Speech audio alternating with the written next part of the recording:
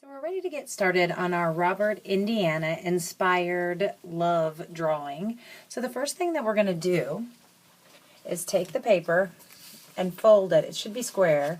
So we're going to fold one side to the other very neatly. And then we're going to take that paper and we're going to fold it the opposite way. So the fold is going to make a plus sign in the middle of our paper. Okay. Then you end up with 4 boxes. So you see 1, 2, 3, 4. So I'm going to spell L-O-V-E. Now if you have another positive 4-letter word that you would like to use, you can do that. I'm going to write love, and I'm going to write it pretty large, one in each square. L-O-V-E.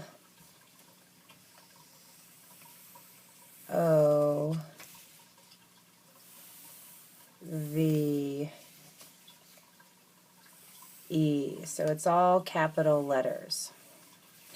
Then what I'm going to do is I'm going to double the letters. So I'm going to draw a short line at the end of my L, and I'm going to draw a smaller L and connect them.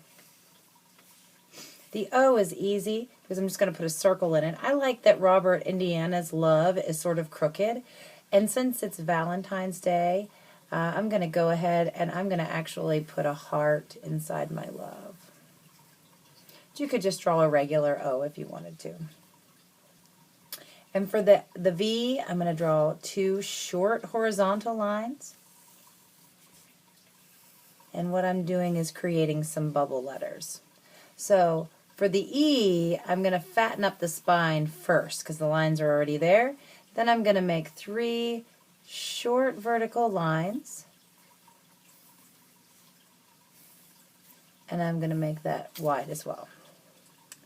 Now, I have my letters. I'm ready to make them look like they have some space.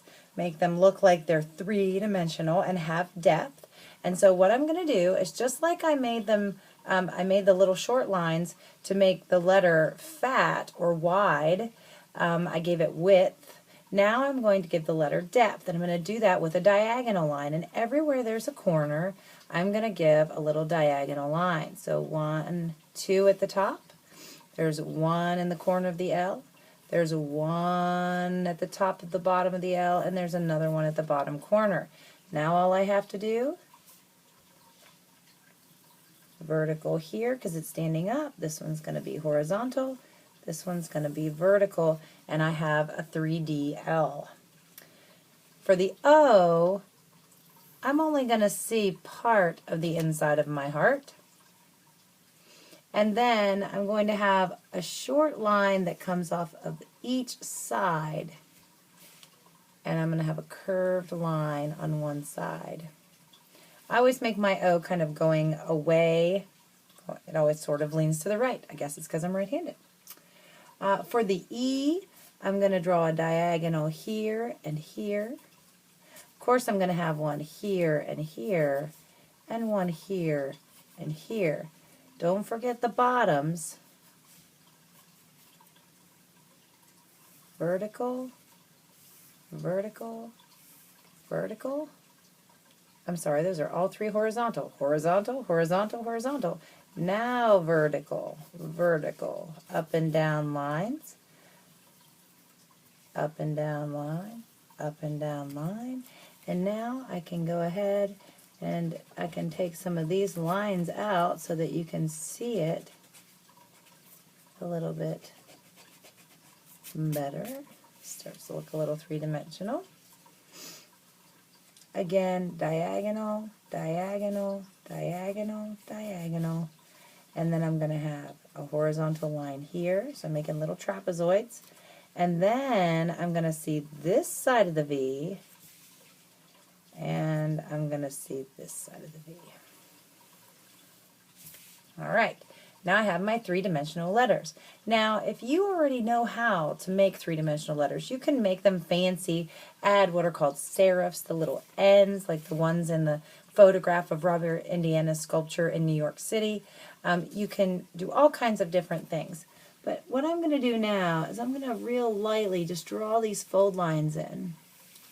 and switch to a Sharpie. So I'm going to go ahead and outline my letter forms, and then I'm going to use different colors to fill in the negative space, which is the space around my letters, and the letters and their sides. Robert Indiana used red in the example. He used blue on the edges. I would use a contrasting color in the background. So only outline the lines that you want to keep. If you made a mistake, all you have to do is fix it with your pencil, and then don't outline it with a Sharpie, and it will disappear underneath the crayon. So there's one. You can outline the boxes too, the 4 boxes as well if you wish, but that will most likely be changed.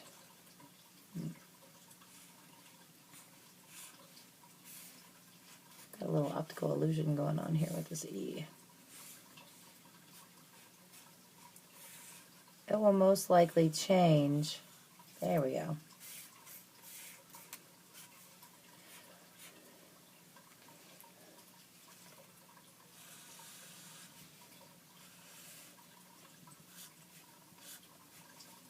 And don't forget to sign your work. So before I start coloring, I'm going to add my name down here at the bottom. Ta-da! Oops, brought my, oh, didn't I? Oh, no.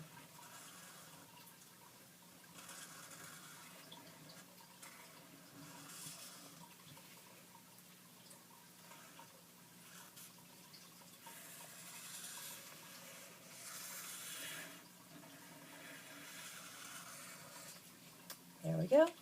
Erase any old pencil lines, and you're ready for color. Love.